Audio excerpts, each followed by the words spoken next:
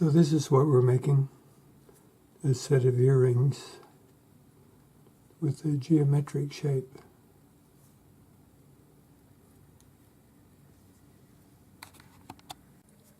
So I'm setting my chenille cutter at 30 millimeters, and we'll just tighten that. Now you can see the end of the wire is flat, and all this is going to do is give me two pieces exactly the same length.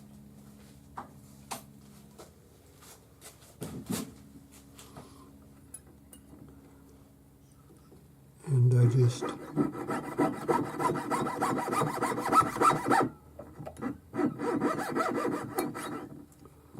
by holding it between my fingers, it keeps it from falling down and getting lost. Be fairly gentle with this lever holding it, because it's quite easy to bend your wire to put a dent in it. So that's that.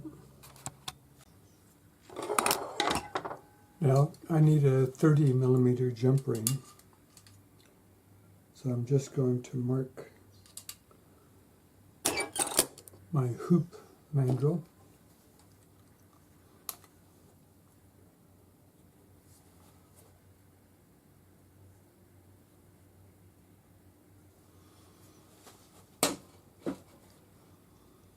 And we just need one jump ring for this, so I'm going to start up here. This is where we want to go. So I'm going to just hold my thumb on the wire, make a full circle, so that when I cut this, all of these ends that are bigger, less well formed, will be lost. So that's really close.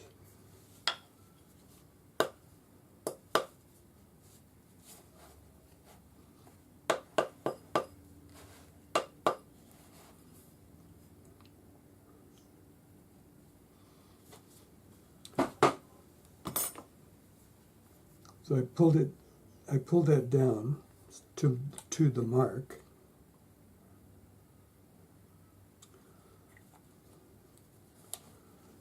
And then I put the little dots on the wire where the two ends would be at 30 millimeters. So if it goes slightly smaller when I take it off, I'll still know where to cut it.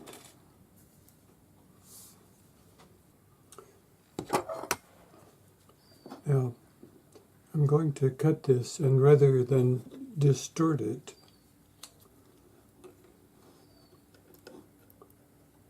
I'm going to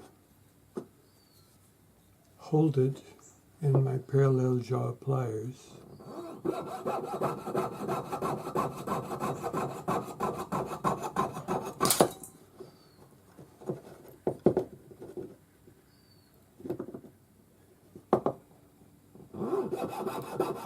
And I'm just cutting right at the end of the pliers.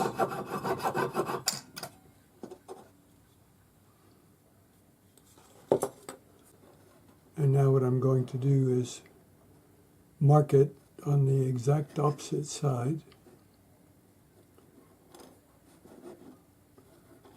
Cut it again, and that'll give me two half round pieces.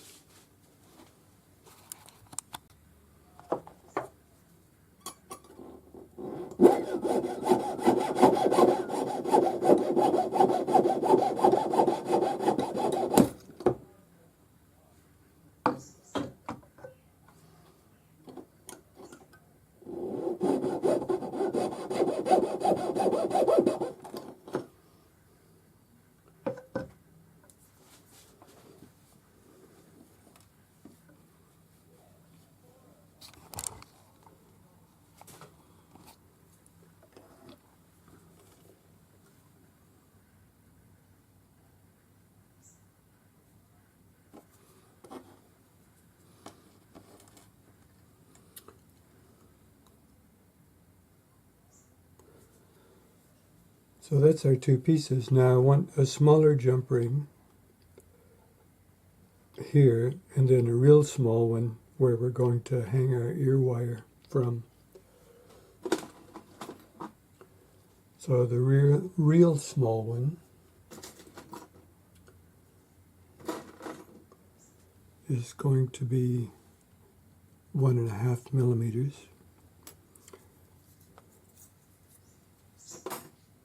And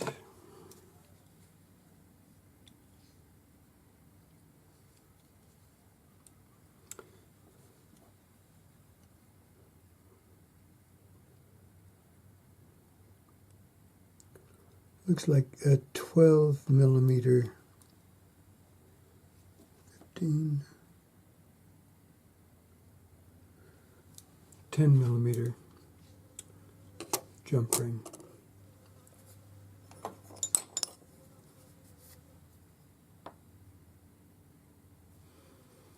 And I have a 10 millimeter mandrel, and I'll just wrap the wire.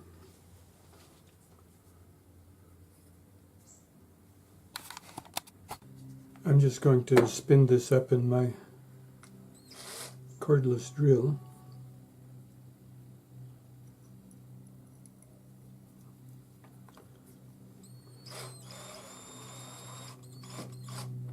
Now this wire is half hard,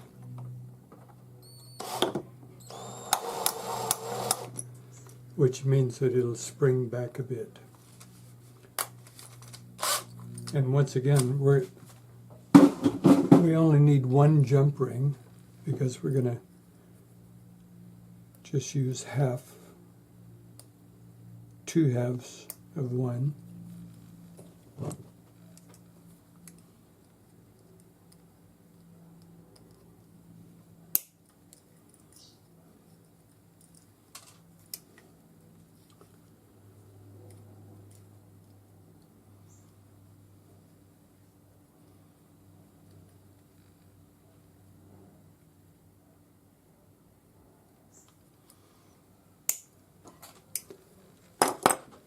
And we're going to saw it so that we have nice flat ends.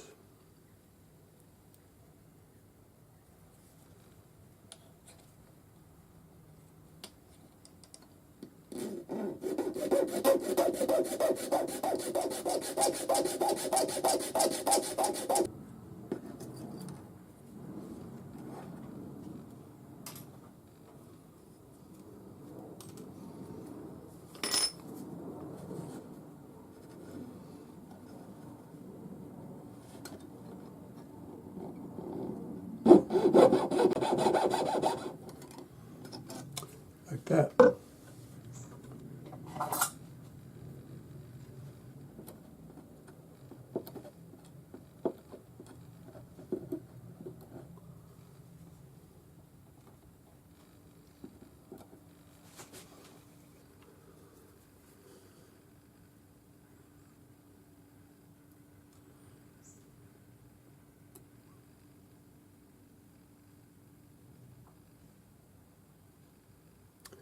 So that's the look, and now we're just going to put a small jump ring exactly in the middle. Now this was 30 millimeters, so 15 will be where we want to put our jump ring.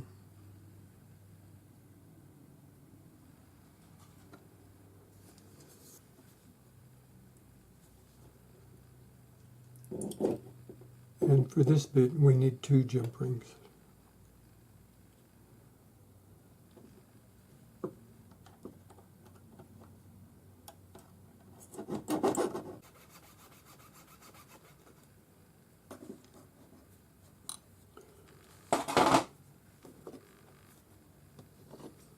So we'll just close the jump ring.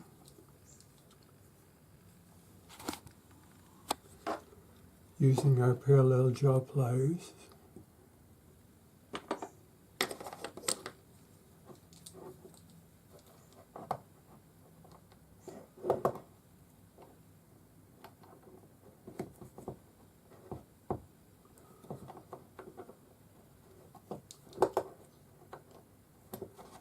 And then we hold that join up so that we can file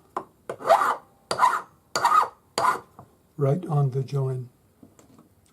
And the flat bit will go on our dot. And we're almost ready to start soldering. So one more small jump ring.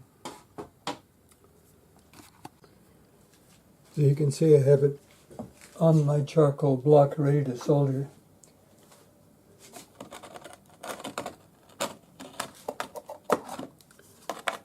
So I'm going to flex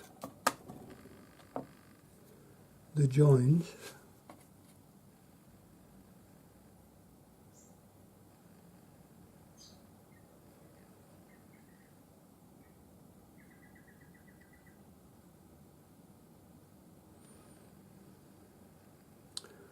So that's 5. And just make sure you get everything all lined up nicely. And I'm going to pick solder this so that I don't struggle laying the pieces of solder on, because there's so many pieces that when we try to put the solder on, it'll just move this. So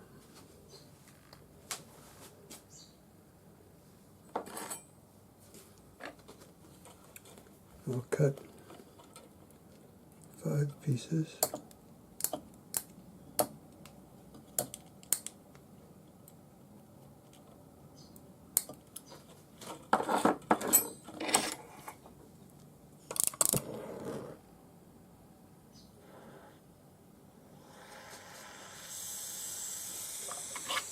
And I just heat my solder pick till it's red, touch the solder, and it's ready to go. And we heat the piece until the flux goes clear. Lower the solder pick down.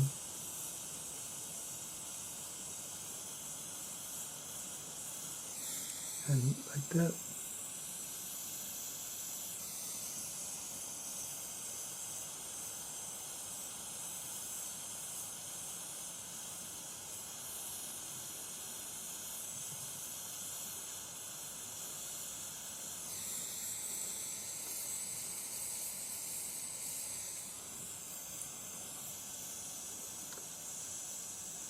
Now this is a tungsten solder pick.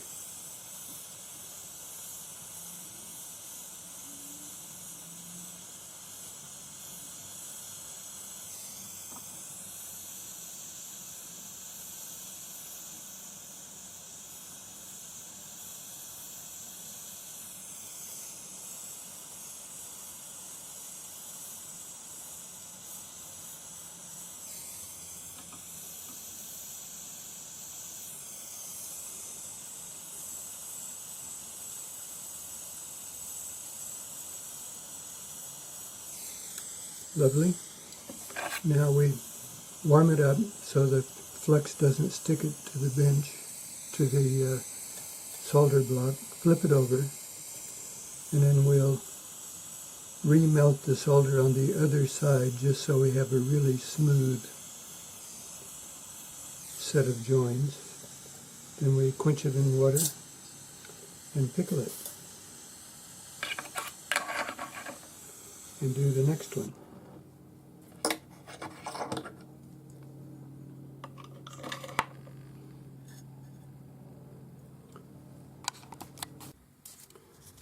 So here we are out of the pickle. I'm quite happy with everything. And we'll just touch these 2 spots.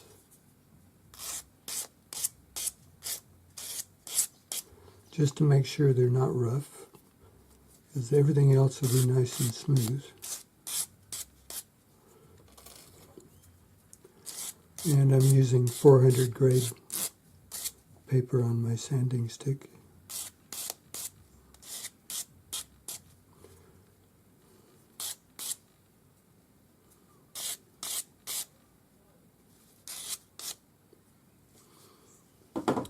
Lovely. So now it's just a matter of putting these in a tumbler and making them pretty. I've already made up a set of French ear wires, and I'll put these on the earrings so that I can tumble them at the same time.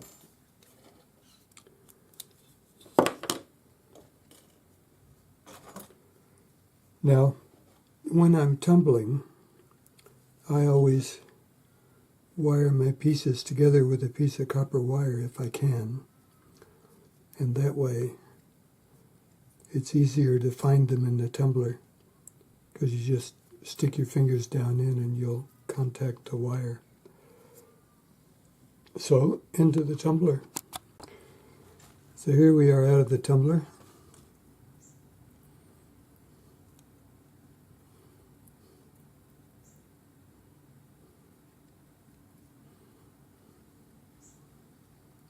Done.